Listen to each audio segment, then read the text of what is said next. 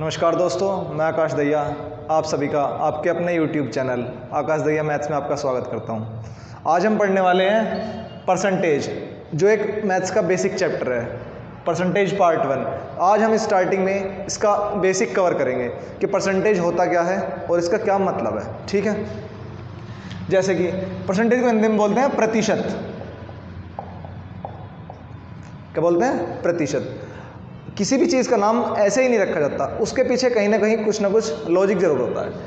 जैसे कि हम देखते हैं प्रतिशत, प्रति का मतलब होता है पर और शत का मतलब 100, यानी किसी भी चीज़ को 100 के कंपेयर में बताना क्या कहलाता है? प्रतिशत। किसी भी चीज़ को 100 के कंपेयर में बताना क्या कहलाता है? प्रतिशत। जैसे कि मान लीजिए किसी के जो अंक हैं वो 100 में से 20 अंक आए हैं। कितने आए हैं? 20।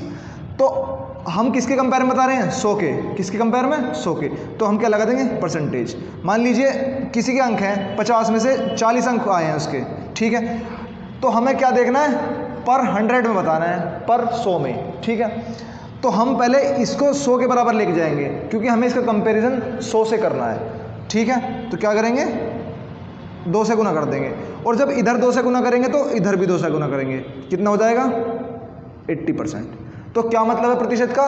कि 100 जो हमारा दिया हुई वैल्यू है उसको 100 के रिस्पेक्ट में कंपेयर करना। ठीक है, निकालने के लिए तो हम इसे फॉर्मूले से भी निकाल सकते हैं कि आपके जो ऑब्टेन्ड मार्क्स हैं बड़े टोटल मार्क्स इनटू 100, ये इसका फॉर्मूला भी होता है। 50 दूनी 100, 40 दूनी 80। लेकिन यहाँ पे हमारा काम है बस समझना कि प्रतिशत का मतलब क्या है, कि प्रतिशत का मतलब क्या है, और इसका कुछ अलग अलग तरीके से हम यूज़ भी कर सकते हैं और अपने जो मेथड्स हैं उन्हें ईजी बना सकते हैं। जैसे कि सबसे पहले हम देखेंगे कि परसेंटेज से हम फ्रैक्शन में कैसे कन्वर्ट करेंगे। परसेंटेज से हम फ्रैक्शन में कैसे कन्वर्ट करेंगे। ठीक है, मान लीजिए कोई दिया हुआ है 10% दिया हुआ है, तो हम क्या करेंगे? परसेंटेज को हटा देंगे और इसके अपॉन में 100 से डिवाइड कर देंगे। इसको परसेंटेज को हटाकर 100 से डिवाइड कर देंगे। 10 से कम 10, 10 ढाई 100, तो इसका फ्रैक्शन क्या बनेगा? 10% का 1/10। ठीक है, इस 1/10 का क्या मतलब है कि हम 10, अगर टोटल 10 चीज़ें हैं तो उसके एक हिस्से की बात कर रहे हैं। कि अगर टोटल 10 चीज़ें हैं यानी हमारे पास कुल 10 चीज़ें हैं तो उसके एक हिस्से की बात कर रहे हैं। ऐसे ही 20% को करते हैं, क्या लिखेंगे? 20/100। तो यहाँ क्या लिख देंगे हम? 20 से कम 20, 20 पंजे 100। इसका क्या जाएगा? 20% का फ्रैक्शन 1/5। इसका क्या मतलब है कि अगर हमारे पास कुल टोटल 5 चीज़ें हैं तो हम उसके कितने हिस्से की बात कर रहे हैं? एक हिस्से की। ऐसे ही 25% का क्या बनेगा? 25/100 यानी 1/4, यानी टोटल 4 हिस्सों में से हम एक हिस्से की बात कर रहे हैं। फिर आप 30% ले लीजिए, कितना बनेगा इसका? 3/10, यानी 10 हिस्सों में से 3 हिस्सों की बात कर रहे हैं। और आप कुछ भी ले सकते हैं। 15%, क्या बनेगा? 15/100, 5 से डिवाइड करेंगे, कितना बचेगा? 3/20, यानी 20 हिस्सों में से 3 हिस्सों की बात कर रहे हैं। ठीक है, ऐसी 5% का कितना बनेगा? 1/20, कितने? 20 हिस्से में से एक हिस्से की बात कर रहे हैं। ठीक है, ऐसे आप 40% ले सकते हैं। 40% का कितना बनेगा? 2/5, यानी 5 हिस्सों में से 2 हिस्से की बात। और हम देखते हैं कि अगर हम 50% लेते हैं तो 50% का क्या मतलब है? 1/2, यानी 1/2 क्या मतलब है? आधे हिस्से की बात। अगर हमारे पास 2 चीज़ें हैं तो आधे हिस्से की बात। ठीक है ना? अब देखे चले करते हैं। मान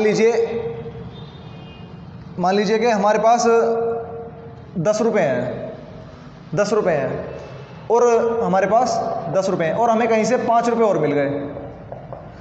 तो जो हमारा अमाउंट है, कोई पूछने लगे कि जो हमारा अमाउंट है उसमें कितने का इंक्रीज़ हुआ या कितने % का इंक्रीज़ हुआ।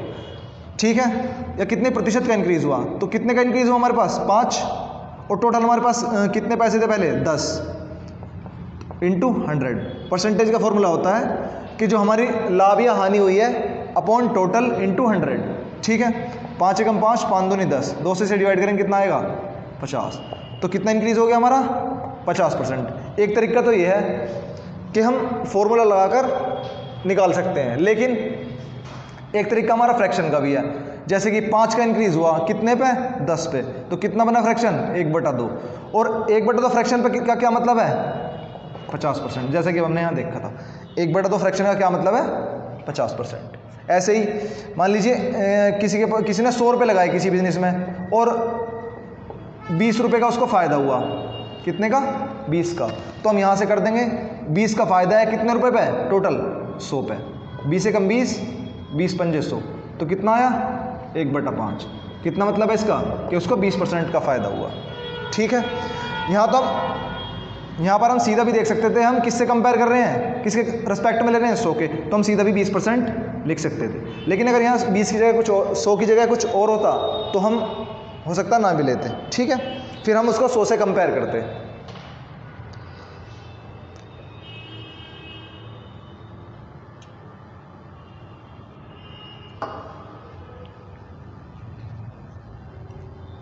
चलिए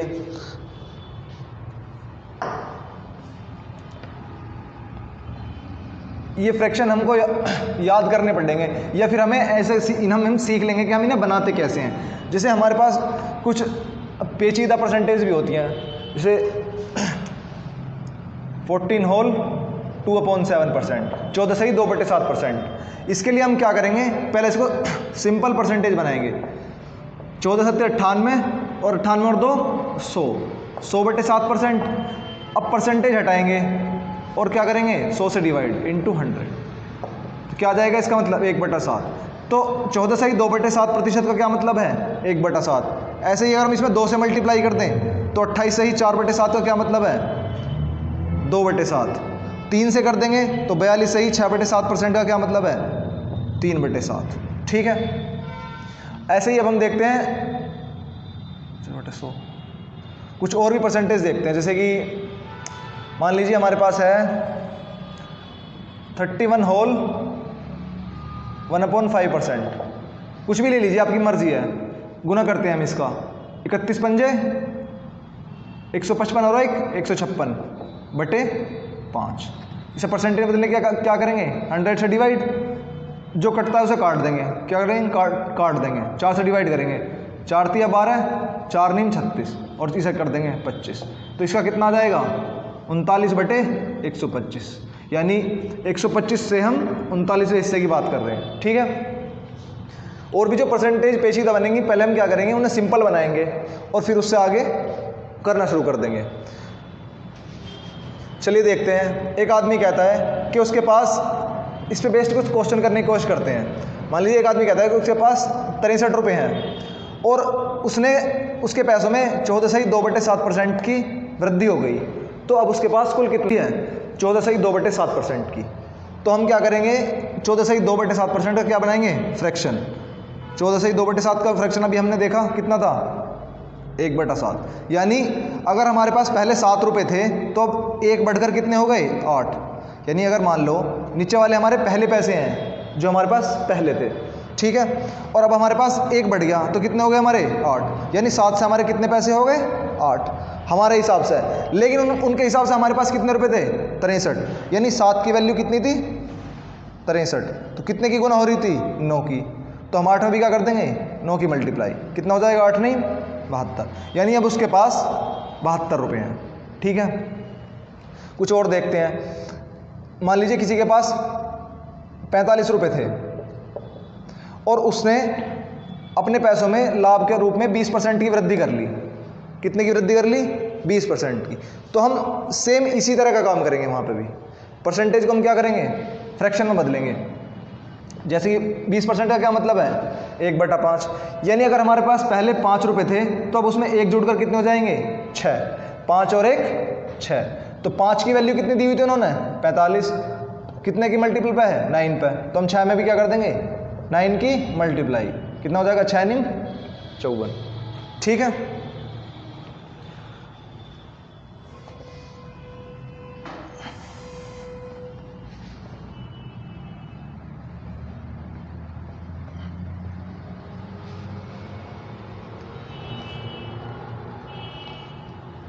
मान लीजिए कोई बंदा कहता है कि जब वो 14 साल का था तो उसकी हाइट 110 सेंटीमीटर थी, 110 सेंटीमीटर। लेकिन जब वो 18 साल का हुआ तो उसकी हाइट 132 सेंटीमीटर हो गई। कितनी हो गई 132 सेंटीमीटर। तो अब वो पूछना चाह रहा है कि उसके हाइट में कितने परसेंट की वृद्धि हुई, कितने प्रतिशत की वृद्धि हुई। पहले अब देखते हैं हम कि 14 साल की उम्र में उसकी हाइट कितनी थी, ऊंचाई 110 सेंटीमीटर, और अब 18 साल की उम्र में कितनी है, 132। तो हम क्या करेंगे, हम ये देख लेंगे कि कितनी बढ़ोतरी हुई है, कितनी वृद्धि हुई है लंबाई में, कितनी हुई है। 132 में से हम 110 को घटा देंगे, कितना आ जाएगा 22।